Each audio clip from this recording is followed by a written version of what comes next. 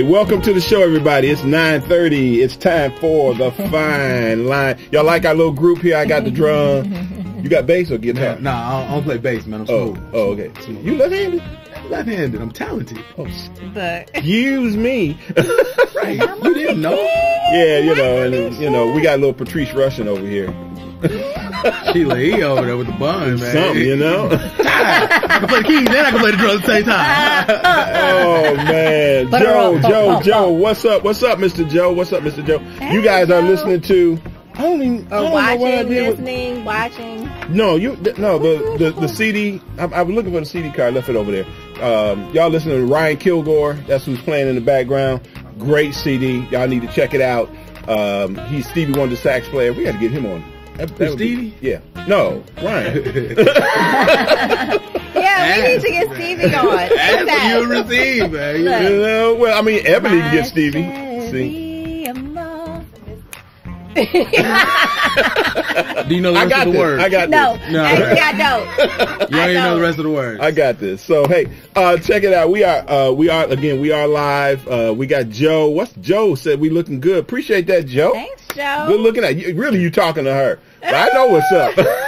Joe was working hard. Hence my mug. I'm not trying to be vain. You know, you're not fooling nobody, dude. Yeah. I'm not. You don't have to try. You already do it. This is like my favorite mug in the whole wide See, you say faux show. See, that's what's up.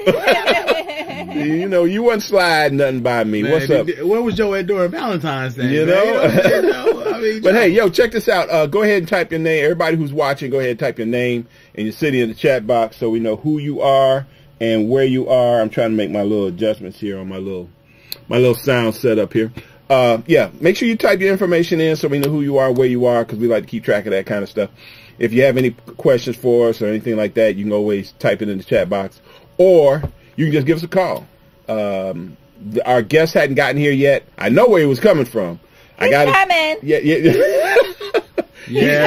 you know, I got the text on my phone, you know. He will be here. En route, so don't nobody panic, you know. My name not. Hey, that's Atlanta, so you know anything can happen. There you go. So in Atlanta with this traffic. So what now? Since we got a minute, you know, and everybody's like, this is like the highest topic of conversation for some reason.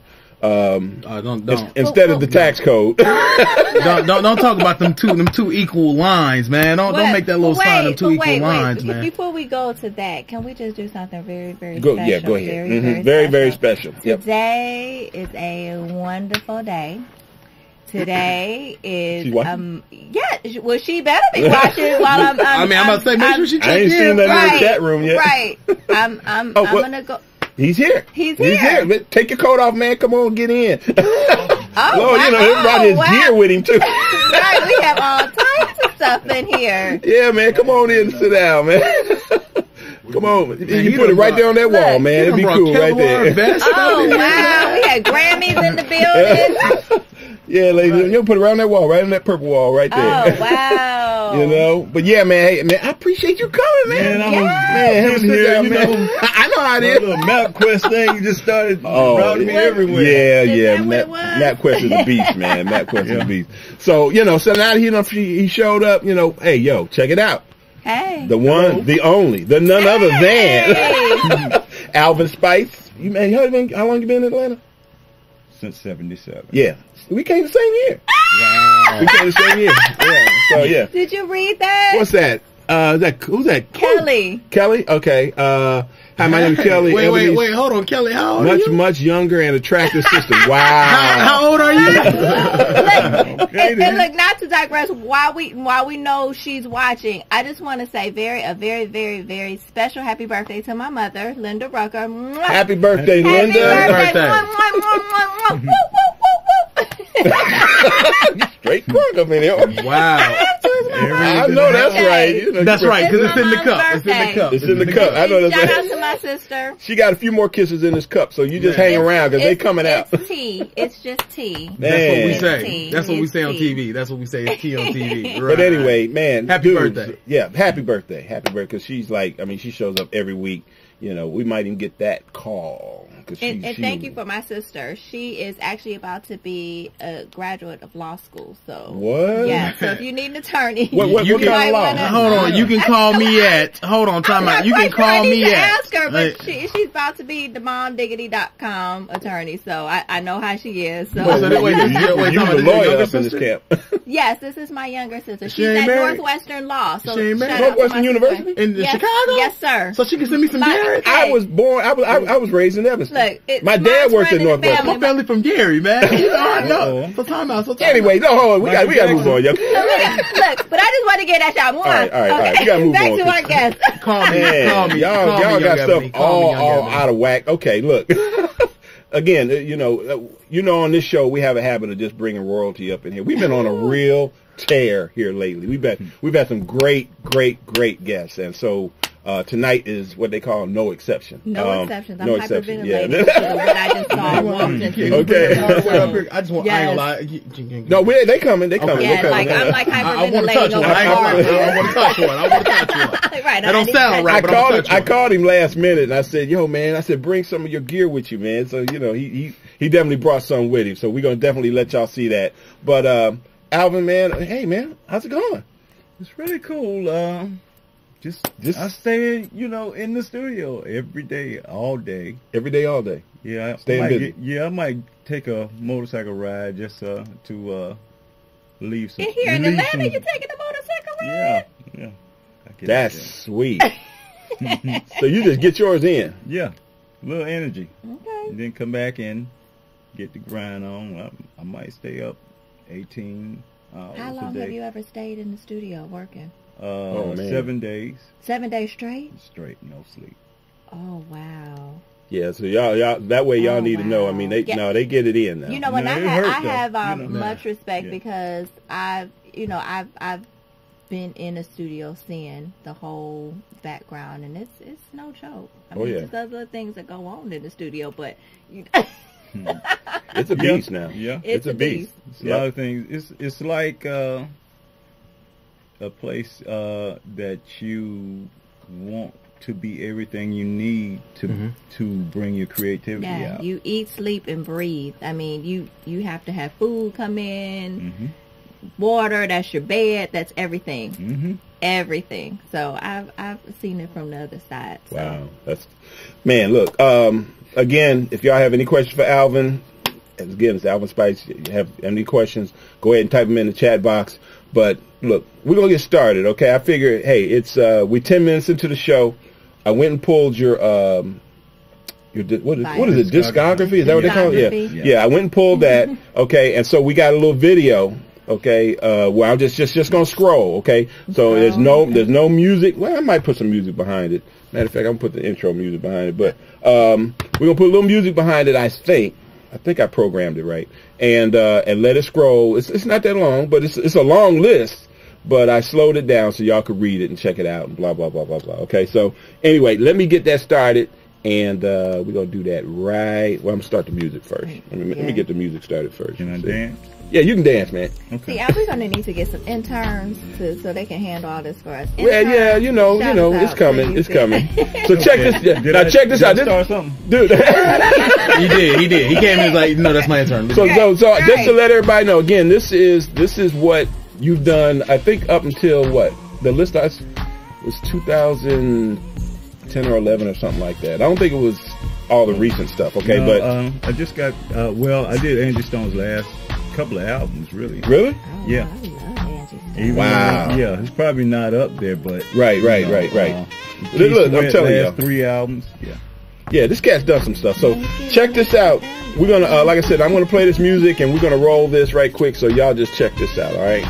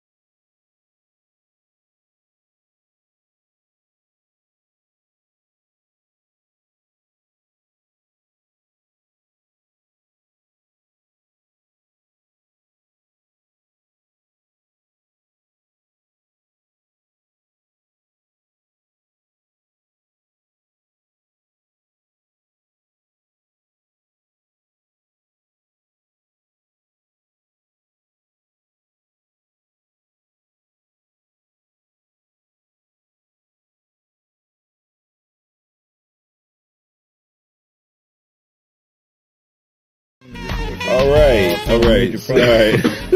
Okay, so y'all can see. I mean, you know, he's got. No. What about your friend's remix?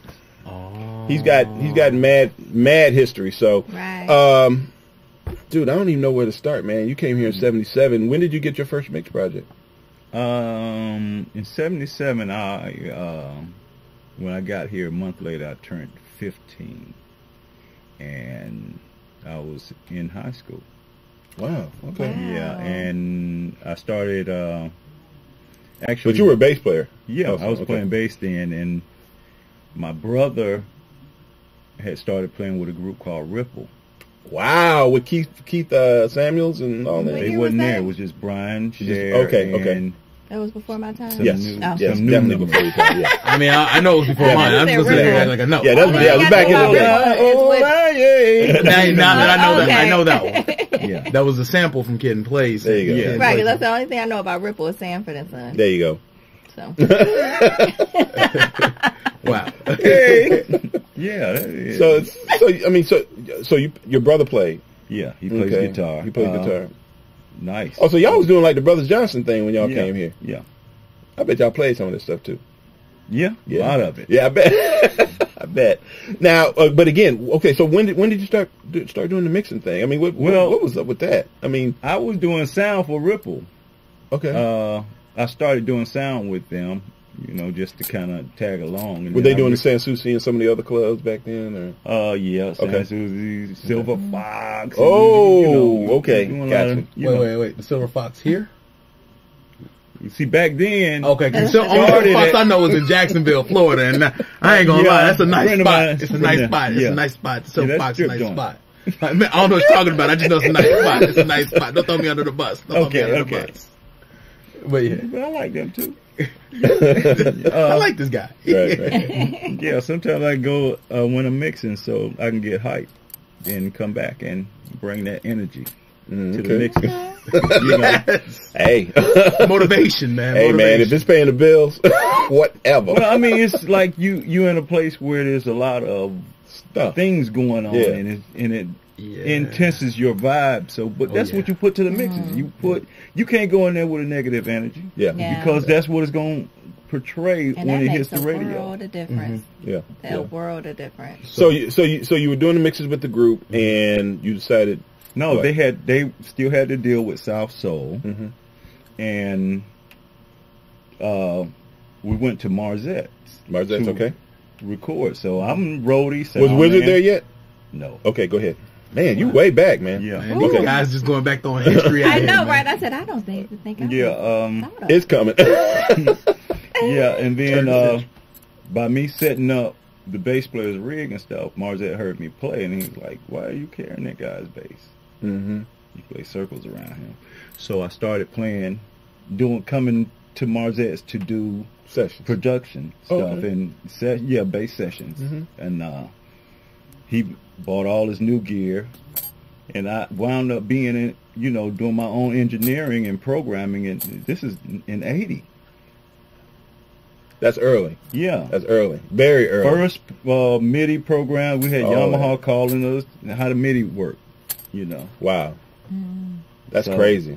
Yeah, I was programming way back then. And so that was '80. So you start doing your first mixing in what year? I mean, because I know you were mixing then, but I mean, your first real I done messed around and did something here. Well, I got songs that are like overseas that from that era. They did all right. Well, I don't know what they did. It wasn't none of my post. Like you said, I ain't getting no change. Yeah. So I mean, you did all of that, so you were able to see Atlanta transform. Of course. I mean, just before we even get back to the '90s or even the 2000 to 2010, this decade right here. Explain what was the music scene like back in the '80s and early '90s, right before the LaFace blew up. I say this: the reason why LaFace came here was because we had Dallas. It was me, Joyce. We was a whole production team. Joyce was with Clement. Yeah. Okay. All right. Yeah. Okay.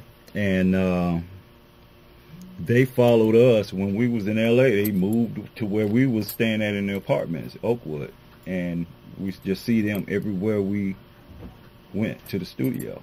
We kept moving from this studio to get away from their whatever they were entourage. doing. Yeah. Oh, wow. Because we wanted our own privacy. Right. But we kept running into them.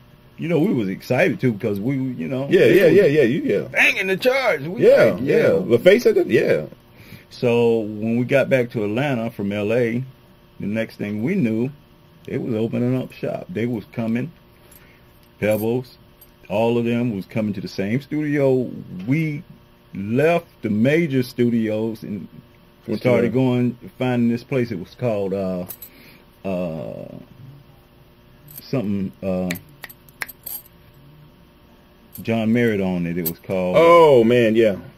I know what you're talking about. Yeah, he didn't have no business. Yeah. Soundscape. Yeah, Soundscape. Yep. And then Bobby Brown eventually got that place. Right. Gotcha. Okay, go ahead. Yeah. So it kept following us, and after a while, it was a big thing between Dallas and Joyce and L.A. because that's who he wanted. L.A. wanted Dallas. Okay. He was buying him cars to do remix. You can't pay him, but you know, give him a car. Give him a gift. Wow. Wow.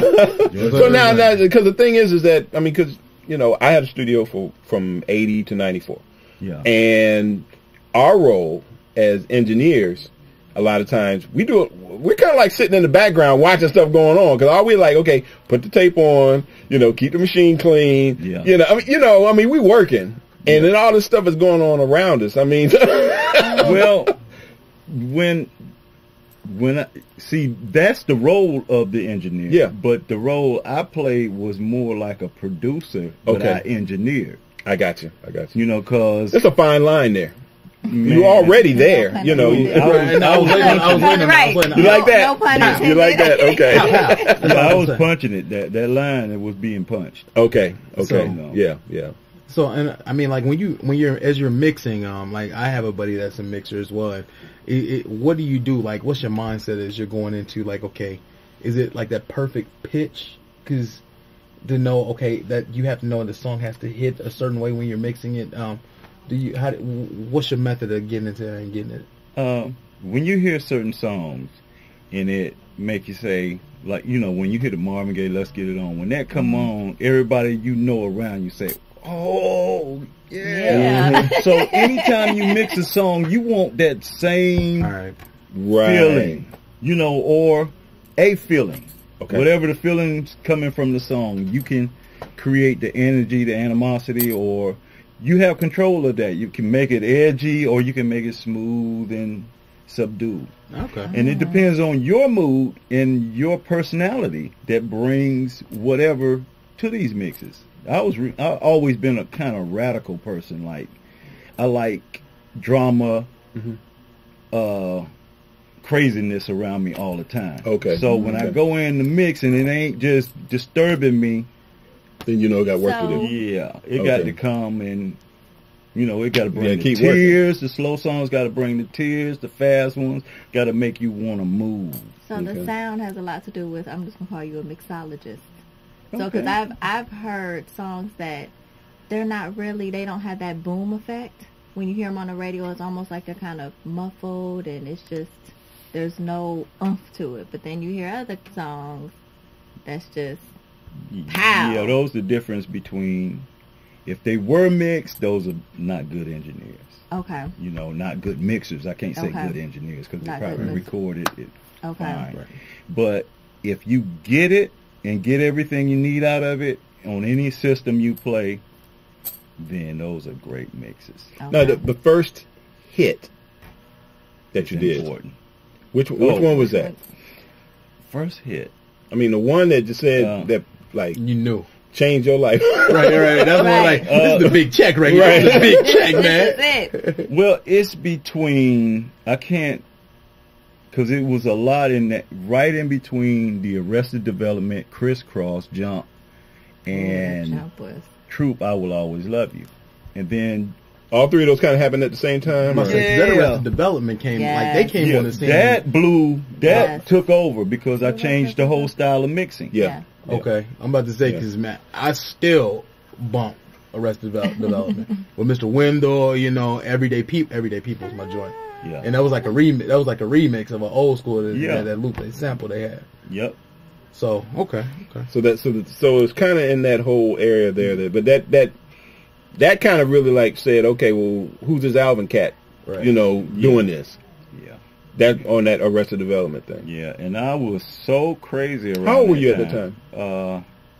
23, 24. Oh, wow. Wow. In Atlanta? That's crazy. Right, and that's In Atlanta? Arrested Development. That was Wait, that was on every college 23. campus. This is like what was it, like late 80s, early. This is like 92. Yeah, that was like in the night. Well, 92? Arrested Development 91, around. 2, Yeah. 91. Around Freak Me? Yeah, because I 23, was like Yeah. leaving high school, going to college, so I know because that was. So you That know, was so at 23, 24, I mean, how did it feel? Like, I mean, because you got to understand is that you have people who are in their 30s that will never know what they want to do with their life. You're here in your 20s living your purpose, and you're enjoying it. It was a struggle because I'm a black man, engineering. Yep. Mhm. Yep. There you go. They wouldn't even let you up in them studios. That's right. So Serious. Even in the 90s? in the 90s, Not to run a million Right. and $2 million consoles. That's right. That's right. Without knowing what you know. Yep. And it was always an argument to who's going to be the engineer. We used to not play or go to places because they didn't want me to engineer. Wow. They wanted you to hire their people. Yep. So I was riding down the street. They was playing Tennessee for the first time. They played it 3 times in a row. 3 in I a remember row. the first time. Yeah, they played it Man. 3 times. I never heard a radio station play it back to 3 back. times in a row? in a Man, row. That song I was know that jamming, was man. I was in Tennessee. Denver at that time. I remember the first came out. Right. Right behind each. I'm talking about. I never was ever. going Is that Tennessee really Prince? Never mind. Really, Prince, what do you mean? The Was sample. it really The sample. the sample? Oh, okay. Yeah. Never mind. Now you trying to get him exposed something? He ain't No, I don't remember. I just, you know. Yeah, You heard. Yeah, I heard. You know. Little Jay Bird in the street. Yeah, you know. Yeah, singing little songs I in know the you street. wasn't there. So anyway, go ahead. Yeah. I'll get you out. Plausible deniability. Plausible That's deniability. right. He wasn't there, folks. So I just thought he might have heard. You know. Man, 3 words. I can't recall. Right. I can't recall. Yeah. Man, get you out of any You case. see me get the blank look. Right. I haven't seen that in a while. So. Just say I can't recall. I can't recall. But anyway, okay. So they playing this 3 times in a row, and when they played 3 times in a row, what did you say to yourself? Because that like you say, they didn't do that. You say like we might have something here. Well, I knew it was something when we was doing it. Okay. But I didn't know it would like just storm. But wait a minute, because when I listen to the record, now is there a original version of that? And that's the remix that took off, right? Or is it the other way around? No, that's People Every Day. Okay, People Yeah, Every because Day. the album version was a different. It was totally different. Yeah, you had some backward samples. Yeah. in it, and we had to kind of take that out because it was a sample of something that they couldn't use. Okay, gotcha. Okay, all right. So anyway, so Tennessee is blowing up. Arrested Development is taking off. You got Troop and and Criss It Cross. just seemed like it was a storm. whirlwind. Yeah. Yeah. And I was struggling to keep up. So everybody like got you in. That's when you start them 7-day work weeks and all that kind of stuff. No, that grew Okay. because I couldn't sleep. I had Oh, okay. like sleep apnea problem. So I stay up, and I love to be in the studio. So when they was in L.A., I stayed in the studios. I would never go to hotel. I would just shower at the studio, stay at the studio, even though I had a hotel room. Because I had a lot That's to dedication. learn. Okay. I had a lot to Yeah. learn if I was going to be in this Yeah. caliber. Right. So That's- while y'all partying and enjoying it, I'm See. going to learn all I need to You learn. honing your craft. Yeah. Wow. That's it. Wow.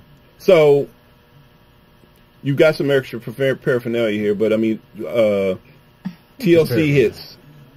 Oh yeah, That was calculated.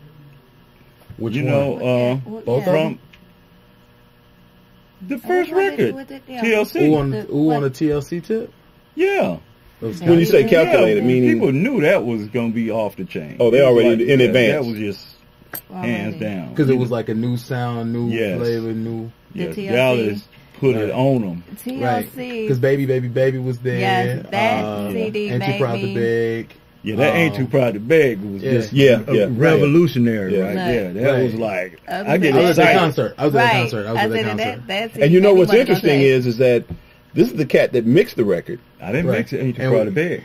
No, but did you mix that album or part of that album? Part of it. Okay, but the reason I brought that up, we had the guy is because Wizard was here. Matter of fact, Wizard's sitting right there on the screen. Right. His band was the first band, did the first tour with TLC. Right.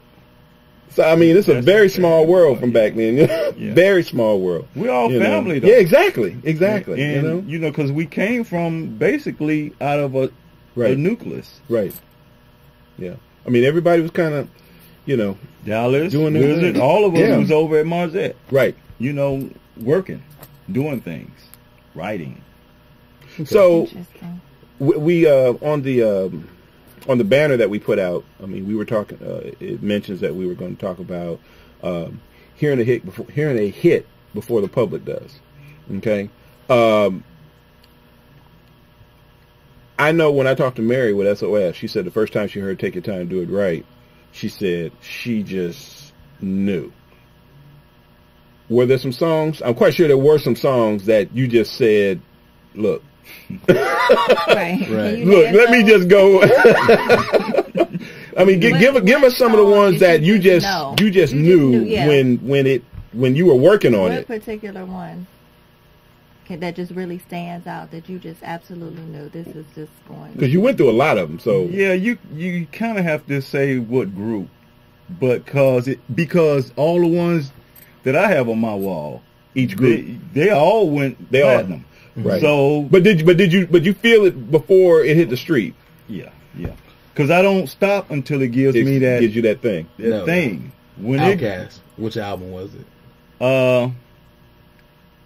First album. Playalistic Cadillac Funky Music. Yeah. Okay, I'm on there. I remember that. I wasn't supposed to have Get out and do something. Man, that was my track, man. That's a 7-minute track. Wow. I know every word to that, man. They brought me all the verses in one verse. It was just, it wasn't even a hook.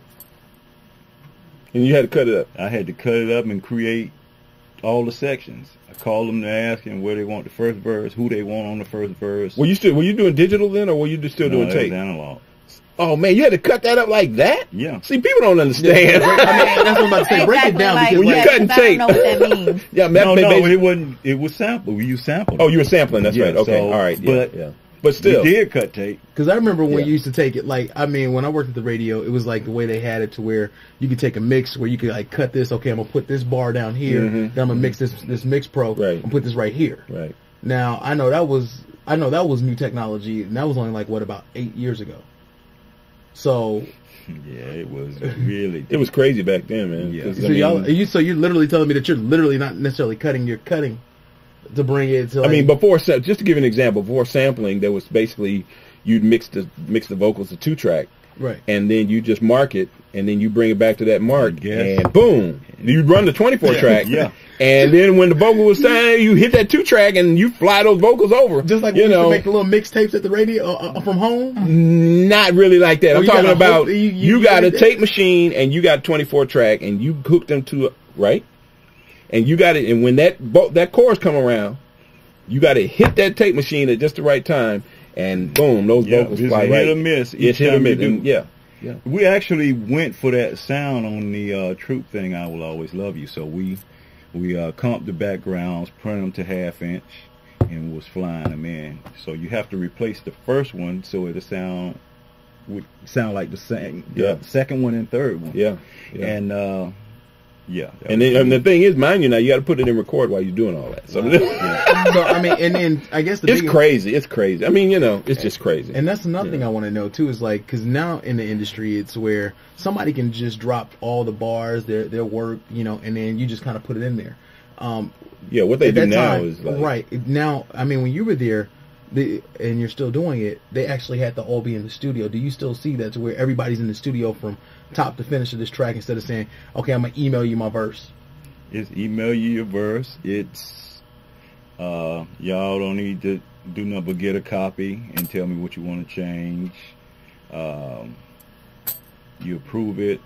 Whoever is in charge approves it. You know, everybody gets a CD or a file. Mm-hmm. You know, it's totally different now. Yeah, totally different now. I mean, everything is just all over the place now. Because you know, we as fans of the craft, only thing we know is when we're listening to it in our ear and we want to hear it. Okay, I like this track. This is my joint right here. When I'm in, if I'm at the club, okay, this is my song. I'm riding down the street and I want to blast. This is my song. Mm-hmm. We don't understand everything that goes into it. Like, you know, it may be two artists that never even seen each other. Well, let's do this. So, yeah. Let's do this. First of all, we're gonna pull this big one right here. Okay, you brought this. Like I said, he brought some stuff with him from the house. Okay, you can kind of hold that up and kind of maybe. Are they ready? Are they ready? Yeah, go ahead. Are they ready? Are they ready for this? Are they ready okay, for this? all right. Are they ready? All right, so I ain't gonna drop it. I got you. Pow. You might have to drop it down a little bit. So, Pow. Matter of fact, you might. Pow. I ain't gonna hit him in the head with Which it. one is Pow. that? No, this is TLC. Yeah. Which one is it? Fanmail. It's Fanmail. Okay, all right. That's 1, 2, 3. That's 5 times platinum. 5 times platinum. That's 5 million. Yeah. Okay. That's 5 million records sold. 5 Right. million. Now, Not downloads. 5 million sold. Is that what it topped out at? Was 5 million? Because I know sometimes they just keep going. You know. Yeah, I just got it. You know, like a year later, they present us with the plaques. That was a year later. Okay, I got you. So they still have more.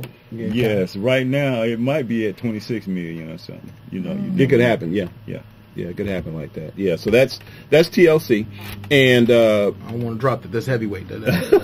but we got a couple other things here. Where'd they go? Those are the things I want to get my hands on. Got some hardware. I've seen one. You remember Matt Bliss played with Prince? He was a trumpet player, the very first trumpet player to play with Prince. He brought his through, but this. I ain't heavy, man. You can just give one to Ebony and give one you owe one. Okay. Yeah. Oh my God! And the Grammy goes to Ebony and AD, right? You know, actually, I was on stage for the TLC one, and they gave me the ballot backstage, and I had it, but that was like some history I wanted to like. They gave you the what? The ballot where they read off of. Oh, really? Yeah. They gave you that. Somebody handed it to me backstage. Get out! Where did I went on stage? I feel like paparazzi right now. No, you kind of. I'm not gonna lie. The ignorance did come in over me. I'm not gonna lie. I kind of want to give shout outs. Yeah, I mean, you know, we got to get my folks. We here now. We here, Bill. Right. We here. Started from the bottom. Now we got the guests talking, and y'all just like done gone somewhere. I'm just like, I never thought in a million years that I would ever touch. That's why I asked him to bring them, because I was like, you know, that's a moment. Oh my God, this is like truly a moment. I mean, truly a moment. You see it on television, but you got 2 of them. I mean, that's multiple. And then actually, it's 4, but I didn't get the one for Arrested Development. That's right, because that's right. They did win one. Yeah. Well, not one, but they won that year. They won everything that year. Well, they won the Moon Man. They won American Music Award. They won Grammys. They won. It was so incredible, man. They won everything. Now, what's interesting is when you put that 5 million up, it really made me think about the fact that was 5 million back then after a year, right? And now it's so hard for an artist to do what 2? Yeah. It's you gotta hard. be incredible. Yeah, you got to be crazy incredible, because I mean, you know, download situation, file sharing, blah blah blah blah blah. It's hard to create those kind of sales, you know. But man, I mean, it's about touring right now. Yeah, that's what it's about. Merchandising, branding. Yeah. Tuesday used to be those days though. Like Tuesday was like, what was the new album out? And like, I mean, like you guys would say too, just the benefit was like you weren't buying just the cassette. You know, I bought cassettes as well, but you know, you were buying the album and the cassette, or the album and the CD and the album, so you could have something to mix with. Right. Well, I bought about 10 Janet CDs of Velvet Rope. That was a great album. That was sonically, that and Michael Jackson Bad. To me, that was just Yeah, that was just, to me, those two albums right there. I bought them. Yeah. I had them autographed. I had them autographed. I bought them. You know how you right? Yeah, you would just copy it, or somebody got a CD. No, you go get those. Yeah, I want the sleeve, every credits, all. I want it all. Yeah. So I bought them. Is there anybody in the field that you?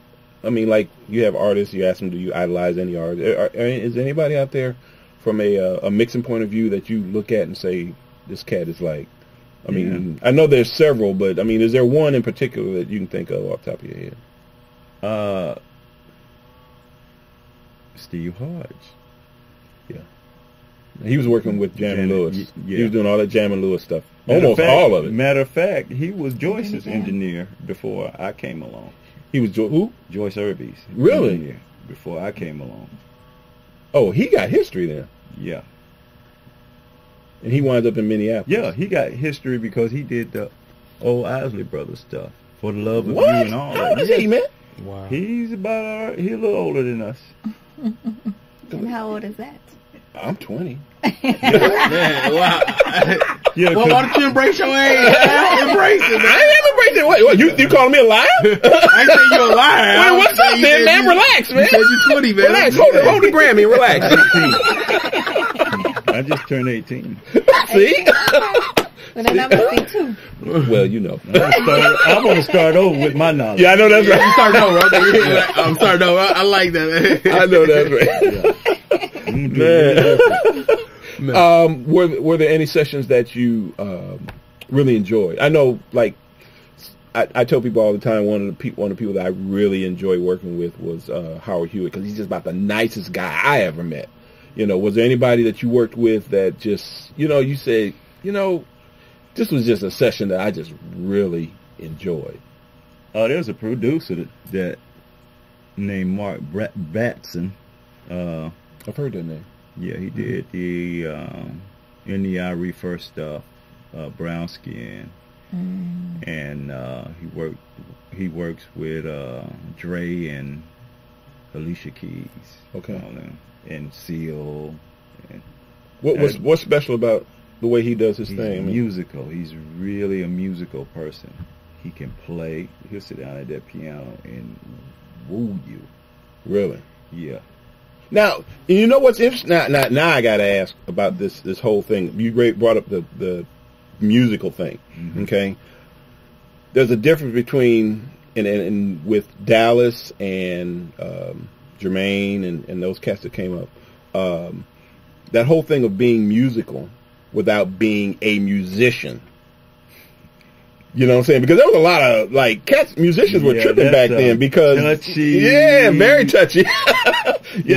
Touchy. Yeah, because, there was a lot of people... None of them were musical. Exactly.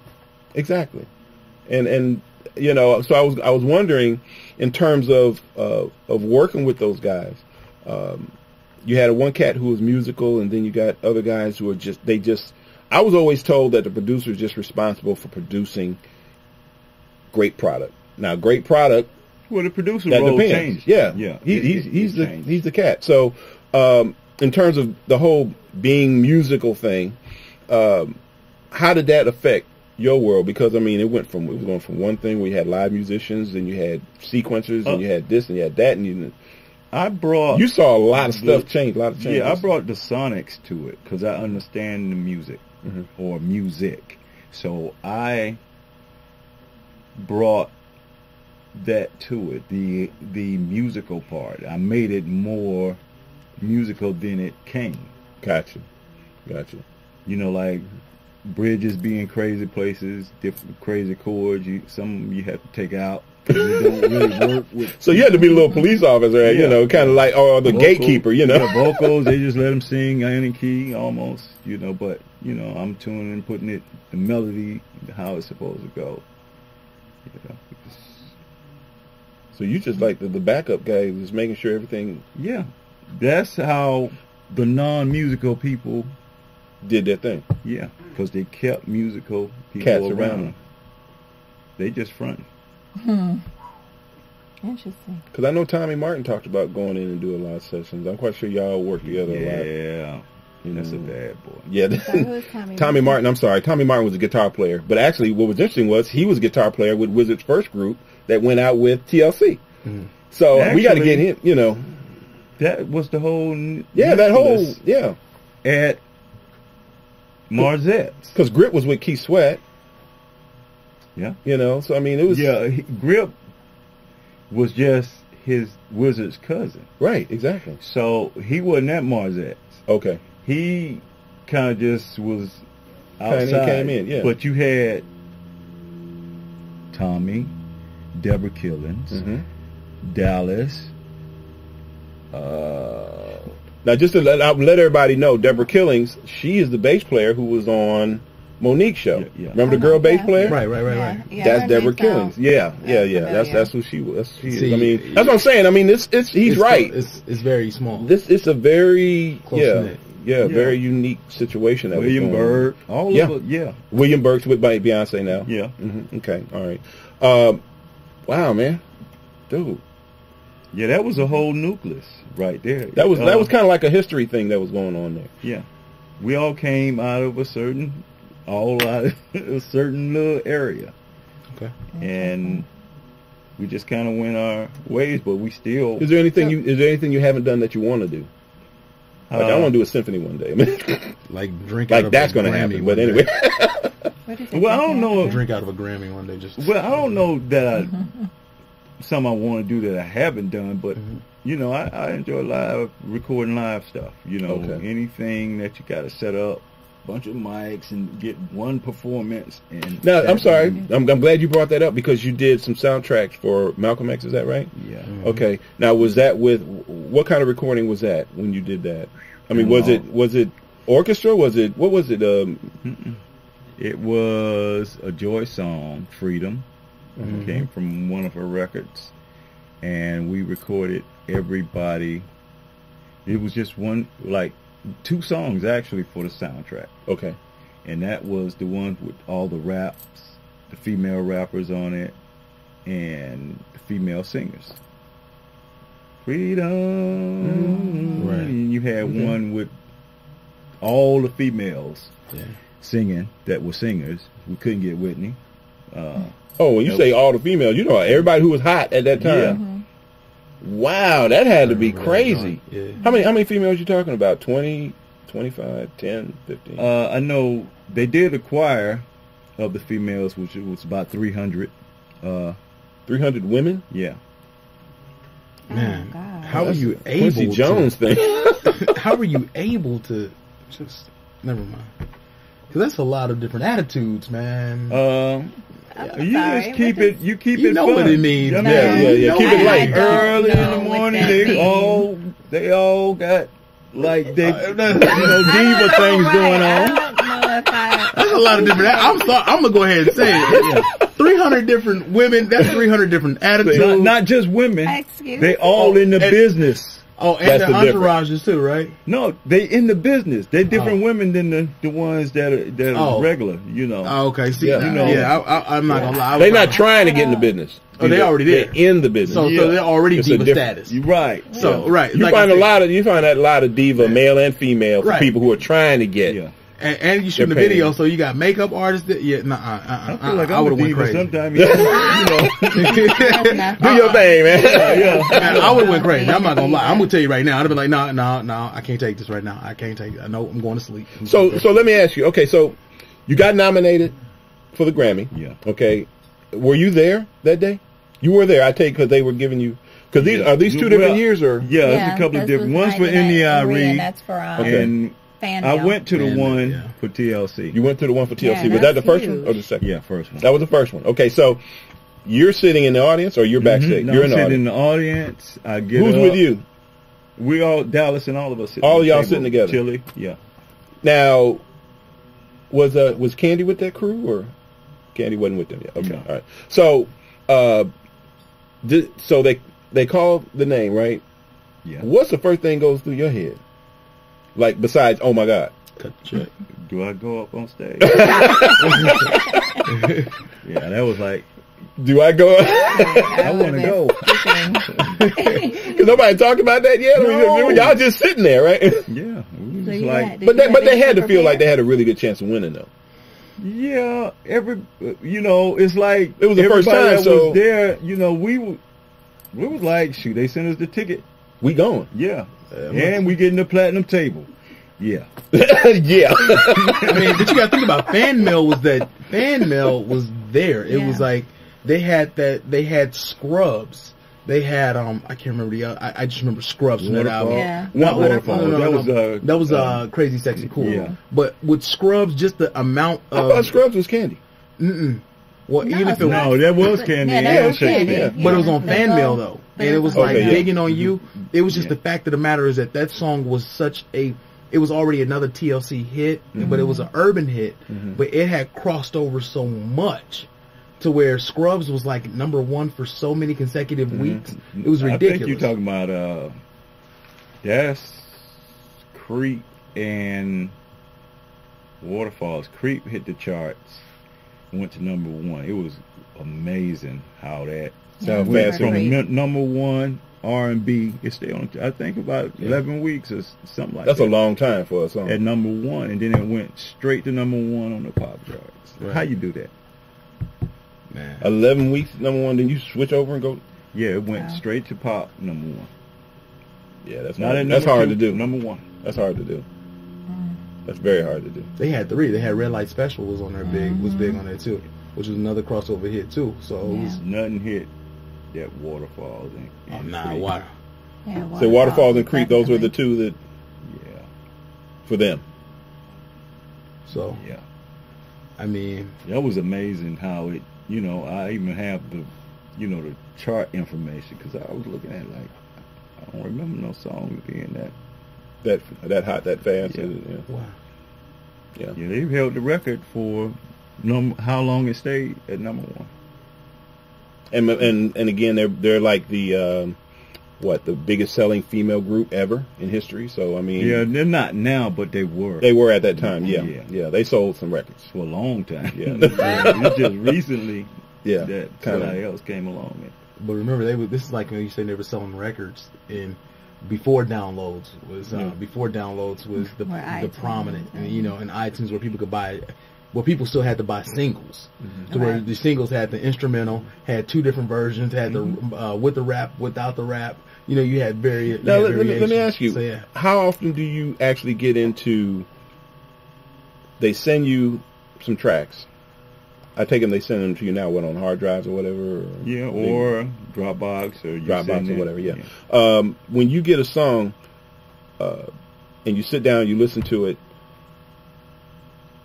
I know sometimes engineers will take the liberty to go in and actually change parts, like you were talking about earlier. Yeah, you would. Because if you feel like, you would give them what they give you.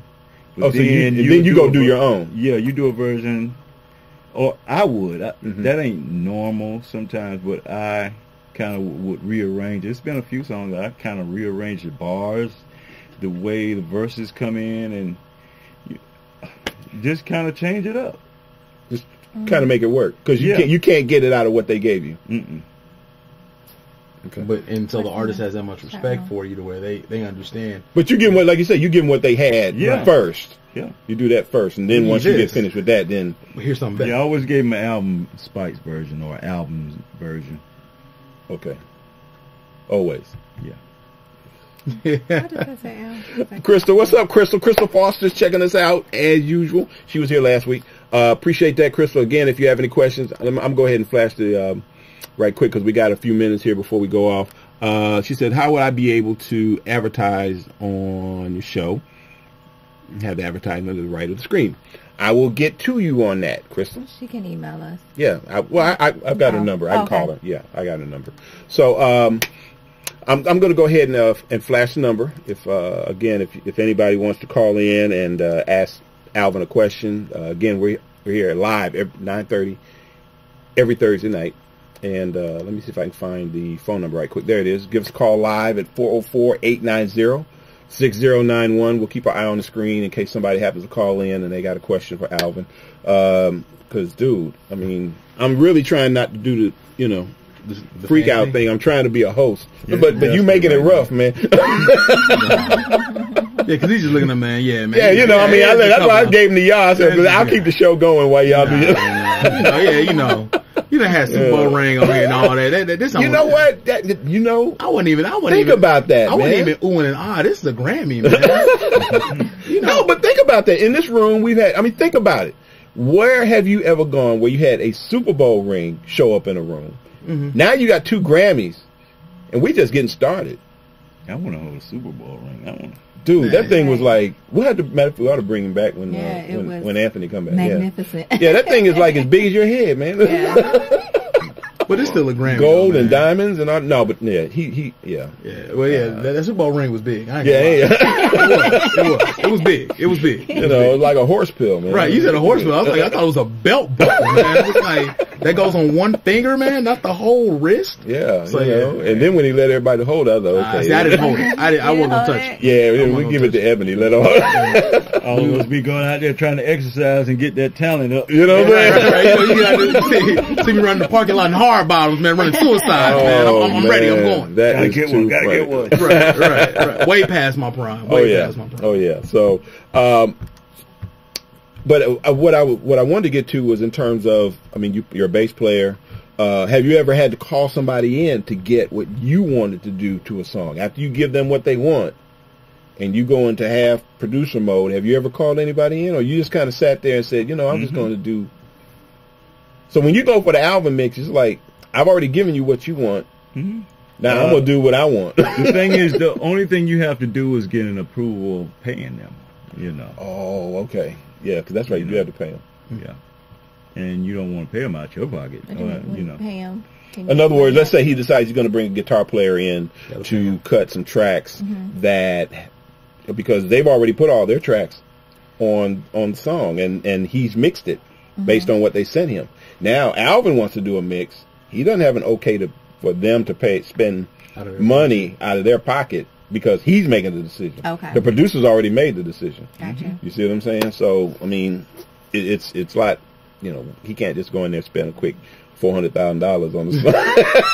Yeah, man, this song right here, this is gonna be good. Yeah, we're gonna totally redo this. We're gonna spend the whole budget on this one song, but don't worry about it. It's gonna get us to the top.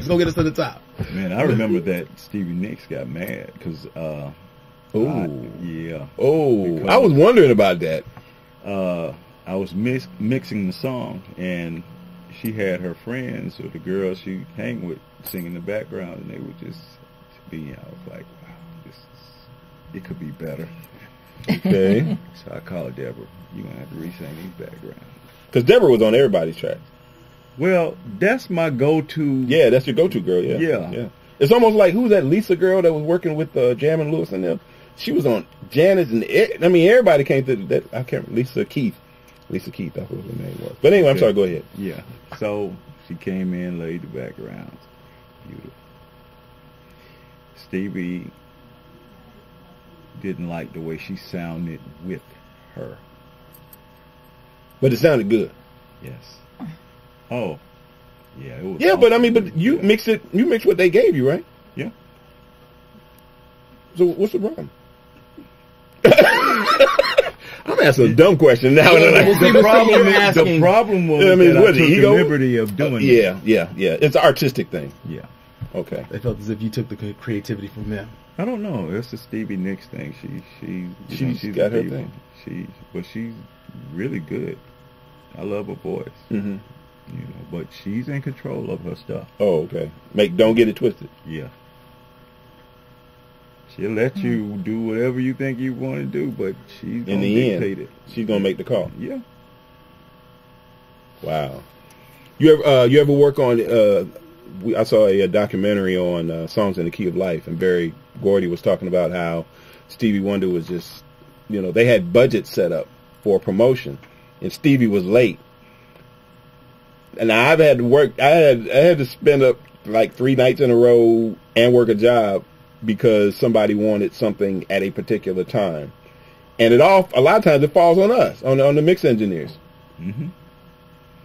Yeah. Any nightmares? All of my nightmares. Pow, pow, pow. Everybody's in a rush. Yeah, we need this tomorrow to go to master. We didn't already set up the mastering date. Tomorrow. Get out of here. For the whole album. Yeah. We're waiting on you to finish this, the single. And we need it. Yeah, we need it tomorrow. Tomorrow.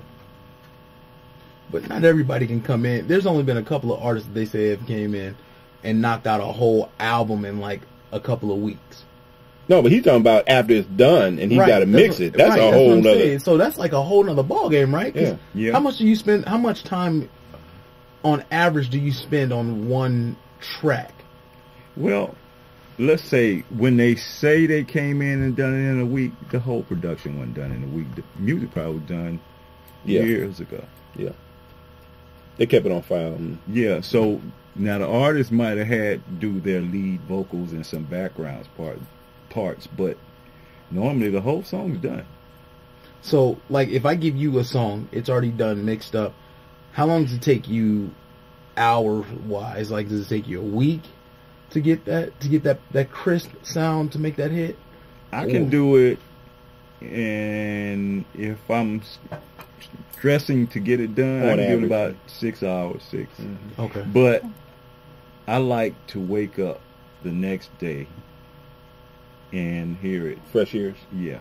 Okay. And I might take the next day and say, tweak it but it ain't all day. It's like I'll pull it up sometime during the day and play it. If I get any more ideas, I want to make sure they all out. You know, get it done. And it's polished, everything. That's the reason why he's a legend. I got maybe two more questions. One of them is that when I would mix, sometimes you're mixing and you feeling it, you like that feeling you're talking about, and then you mess around and push the wrong fader, and you done messed around and lost your mix over, and you can't remember which one you messed around. Well, you know, because it's a delicate balance, right? Yeah, luckily. I'm talking about the analog days. I'm talking about. Yeah, luckily we had the SSL computers that saved stuff, and I saved all the time, even if I just. So you can go back. Tape. Yeah, and when I walk out the room, my assistant, it was mandatory that he done a recall. That means mark down every setting on every piece of gear, input, output. That's a big. I don't know if y'all have ever seen any, but they're huge. I mean, it's like massive. Yeah. We ain't talking about the board. We're talking about the. That's Quincy, man. You need to. Where my record at, man? Where my record at? Wrap it up. Yeah, that is. That's not the board. The board's already maybe 56 to 100 inputs. Right. That saves. Right. With the computer. Right. But all that other stuff, the outboard gear, that, man. Right, because something could happen, right. Now, one other question, and this will be my final question. I don't know about y'all, but I'm done. I mean, I'm good. When it comes down to a range, because people hear about the money that's made with the artists, they hear about money made with songwriters, they hear about money made with producers. Engineers are a critical part of what's going on, okay? And I'm not looking to get into, say, your finances. What I want to do is find out from, you know, because you hear about different ranges. Into your finances. No, not his money. I'm talking about the engine, the beginning and the engineers as as not necessarily in a career or whatever, but you know what I'm saying. I mean, there's a range of these labels, salary range of that engineers deal with, you know, on that level. As you know, you could say the most I've ever heard of is like $10,000 an hour or something like that. you know, stuff you've heard of probably more so than. Well, I heard the guy at Clearwater was doing $15,000 a mix. Clearwater, and what's his name? Clearwater something. Clearwater. It's a studio. Clearwater. No, guy. Clearwater what? His name is Clearwater. Oh, his name is Clearwater. Yeah. 15 G's a song. Yeah. And generally, you can get them done in a couple of days or whatever. Generally, they usually spend 2 days. Yeah. 2 days is like the average. You want to wake up and come in and if he's doing a whole album, that's not a bad paycheck for a week or something like that. That's $7,500 a day. That's literally, if he takes lunch, almost $1,000 an hour, man. I mean, oh my gosh, I chose the wrong career. There's no royalties with that. There's no royalty. That's the trick. Okay, I got you. I got you. Okay. That mug might go and make 20 million. Okay. Yeah. So I need to go ahead and tweak it then, say I wrote and put a little lyric in the bit. You know, AD wrote this. Take that. Wow. Okay. Man, this has been incredible, man. I mean, I can't thank you enough. Like I said, the first time I saw one of these, I just swore, like you were thinking, that I would never see another one of these, ever. All my friends, like, Speech got one, you know, all my friends got them, you know. Oh, yeah. All my friends got, you don't got one? Oh, you must not be one of my friends. Oh, Ebony got one. Here, hold it. Ebony got one, you know. Hold that, man. I got two friends. No, I ain't even gonna put it out there like that. Cause why? Cause I got a billboard that's saying I got 5 million. You got 5 million, okay. Everybody done hijacked your gear, man. Yeah. Look cute on there.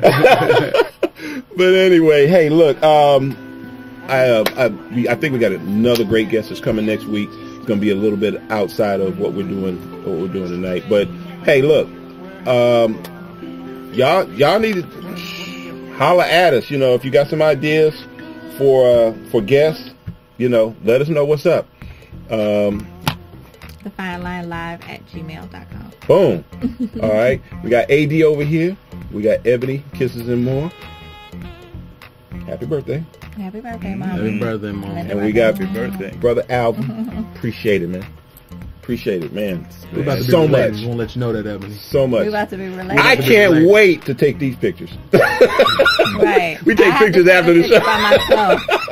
Hold it. Yeah, I have to take one alone. Who's that had all those? Was it? I know Mariah Carey one year. She had they're a. heavy. Yeah. I didn't. In Diary, she had a bunch one year. Yeah, and they're heavy. 7? Wouldn't it? It was Lauryn Hill it was Lauryn Hill that did it, and Alicia Keys also had a picture. Alicia Keys. Yeah. I mean Quincy, Michael. I mean, yeah, that you know. Yeah, the ones they hold they're not. Oh, they're not. Okay, I got you. They get these later. Yeah, they come and they heavy. Okay. Wow. Okay. Hey, great show. Joe said great show. Crystal said happy birthday. So she's getting in, you know. But hey, look again. Check us out next week. Like I said, the guest I'm working on for next week, there's gonna be some amazing stuff. Got a new show I'm working on. Stay tuned for that. You're gonna love it. You're gonna love the new show. Anyway, for the crew here and our guests, thanks for coming, and we will see y'all next week. Double deuce. Peace.